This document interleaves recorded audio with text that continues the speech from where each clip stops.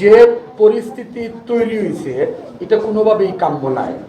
ভেজাল করা যাবে না, আমরা ভেজাল করবো না, এটা তো মোটামুটি ক্লিয়ার। যে ভেজাল করবে তার সাথে আমরা কেউই নাই, কথা ক্লিয়ার। আমরা ডেইলি রিপোর্ট দিচ্ছি, এই পাম্প চলে এতটুকু পাইছি, এই পাম্পে আমরা এটা দিচ্ছি এটা দিচ্ছি।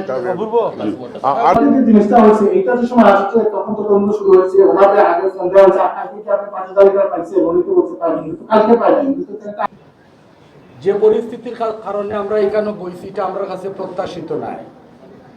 আমরা কে কোন উদ্দেশ্য নিয়ে কোন জিনিস করি, আর এটা আমরা যারা রাজনীতি করি আমরা এগুলো খুব ভালো বুঝি। একটা সরকারের 1.5 মাসের মাথার মানে ধর্মঘট যেভাবে আমরা আশা করি না, রাস্তাঘাট অবরোধ করাটারও আমরা আমাদের কাছে প্রত্যাশিত নাই। আপনারা বুঝুন যে আমরা কিনা কইলাম। ঠিক একইভাবে কোনো সম্মানিত ব্যবসায়ী হল হেরা চৌকা, তারা কোটি কোটি টাকা বিনিয়োগ করিয়া ব্যবসা করে, তারা ক্ষতিগ্রস্ত হোকা, অসম্মানিত হোকা, এটাও যেভাবে আমার কাছে প্রত্যাশিত নাই। ল এনফোর্সিং এজেন্সি অতি উৎসাহী হইয়া কোনো ব্যবসায়ীরা হ্যারাস করা অথবা সিন ক্রিয়েট করা, এটাও আমরা প্রত্যাশা করি না। স্যার আরেকটা জিনিস হলো, আপনারা যখন ম্যাজিস্ট্রেট ডেইলি পাঠান কোনো আপত্তি নাই, কিন্তু আমাদের জিওর কোম্পানির প্রতিনিধি থাকতে হবে। ওজনে কেউ যাতে কম না দেন এটা খেয়াল রাখবেন। মূলত পেট্রোল পাম্পে এই দুটো সমস্যা হয়, বাকি যেগুলো হয়েছে এগুলো প্র্যাকটিক্যাল সমস্যা। এটা কীরকম? যেমন ধরুন অনেকদিন থেকে আপনি নিজের ট্যাঙ্কিতে কিছু ময়লা থাকবে, পুরো বিক্রি করতে পারবেন না, কিছু স্টক থাকবে, আপনি ওই তেল আনার সময় কিছু পরিমাণ আপনার 1% এবং বা বিলো 1% কিছু উদ্বায় অপারেশন করে, এগুলো আপনি জানেন, এগুলো কম্পিটিশন। এটা তো একটা গ্যাপ চলে আসছে। তো ব্যাখ্যাটা যদি থাকে আমরা ব্যবস্থা নিব না, আমরা এই দায়িত্ব পালন করব।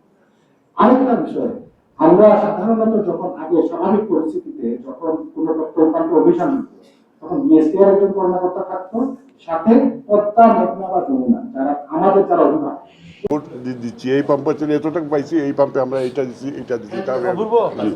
আর স্যার আরেকটা জিনিস হলো, আপনারা যখন ম্যাজিস্ট্রেট ডেইলি পাঠান কোনো আপত্তি নাই, কিন্তু আমাদের জিওর কোম্পানির প্রতিনিধি থাকতে হবে। আসার পর আপনি যে আপনার বদৌলতে আমরা 5 সপ্তাহে 3টা ওয়াগন আইছে, উনি তখন আমাদের তখন মাসে একটা ওয়াগন আইতো, আমি তো বুঝি আমরা এটা আমরা আমাদের যারা ট্যাগ অফিসার আছে তাদেরকে আমরা সবাই ব্রিফ করে দিয়েছি, আবার ব্রিফ করে দিব যাতে করে তারা জিনিসটা বুঝতে। কারণ এটা প্র্যাকটিক্যাল সমস্যা। তো অকটেনে আনার সময় ইয়ে থেকে নামানোর সময় দেখা যায় যে আপনার আমি আনছি 9,000 লিটার, কিন্তু দেখা গেলো আমার আসে হলো 890 লিটার, 10 লিটার না, এটা কমন বিষয়। এটা সুতরাং এটা আমরা বুঝি, এইটা খুব মাইনর ইস্যু না। ইস্যুটা হলো মাথায় খেয়াল রাখবেন দুইটা জিনিস। একটা হলো যাতে অযাচিত জায়গা যে যার খানে তেল দেওয়ার কথা তার এখানে চলে গেছে 1,000 লিটার 2,000 লিটার, এটা খেয়াল রাখবেন।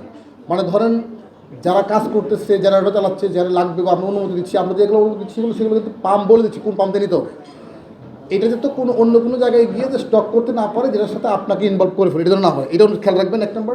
সেকেন্ডলি হচ্ছে ভেজাল আমি আশা করি যে এই কাজের মুহূর্তে কেউ করার কথা না, করবে না কেউ। যে 2-1 করছে বা সন্দেহ করতেছি, এগুলো আপনার টেস্ট করলে আমরা পেয়ে যাবো। আর যদি পদ্মা বা যমুনা থেকে তেল ওঠার পরে মনে করেন যে কখনো যে না এটা থেকে ঝামেলা আছে, একটু আপনার স্যাম্পল কালেকশনটা আমাদের দেন, আমরা চেক করি। কারণ দিন শেষে তো এই তেলটাই তো আমরা সবাই ইউজ করি, আমার অফিসের গাড়ি ইউজ করি, ব্যক্তিগত গাড়ি ইউজ করি, বা আমার আপনার তো করি। সুতরাং এই ধরনের মেডিসিনস কাজ যারাই করুক না কেন, সেটা সরকারি প্রতিষ্ঠান হোক বা সরকারি ব্যক্তি হোক, তারা কিন্তু প্রত্যেকে কিন্তু দায়ী থাকবে।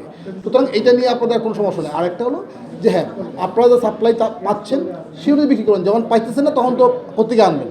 আমরা চেষ্টা করতেছি সাপ্লাই চেনটা যাতে পুরোপুরি থাকে, এবং এখন পর্যন্ত আমাদের কাছে যা তেল আছে, রিজার্ভ আছে গভর্নমেন্টের কাছে, সব কিছু মিলিয়ে আলহামদুলিল্লাহ আগামী 1-2 বছর সমস্যার কথা থাকে। সমস্যাটা হলো লোকজন হুমড়ি খেয়ে পরে একবার কিনতে যায়, আর একটা হচ্ছে কিছু কিছু লোকজন আগে কিছু নিয়ে যে 12,000 মেট্রিক টনের জায়গায় 1-1.5 25-26,000 ওইটা তুলে তুলে কিছু লোক স্টক করার চেষ্টা করছে। এই জন্য একটা কাজ তৈরি হয়েছে।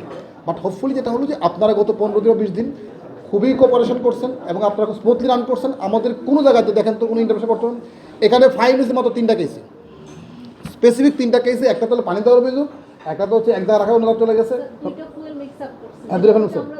আবার স্যাম্পল পাঠাইছি আমরা আশা করি এটা আপনাদের সমিতির মাধ্যমে সবাইকে মেসেজ দেবেন। কারণ আমাদের সব লোক যখন খারাপ তাও না, সব লোক শত না, কেউ ঝামেলা করে, এটা তো কেউ না করে, এটা অনুরোধ থাকবে আমাদের। আলাপ শেষ। আপনাদের যে কোনো সহযোগিতা লাগে, যখন মনে করবেন যে কোনো বিষয়ের দরকার, আমাকে জানানো দরকার, পুনে না পেলে আমাকে টেক্সট দিবেন। আমি অফিসে না পারলে বাংলো থাকি, আমার তো বাংলোতে একটা অফিস আছে, মোটামুটি 3-4 ঘন্টা ঘুম ছাড়া বাকি সময় তো আপনাদের নিয়ে চিন্তা করি, আমার এই কোনো কোনো কাজ এঙ্গেজ থাকে।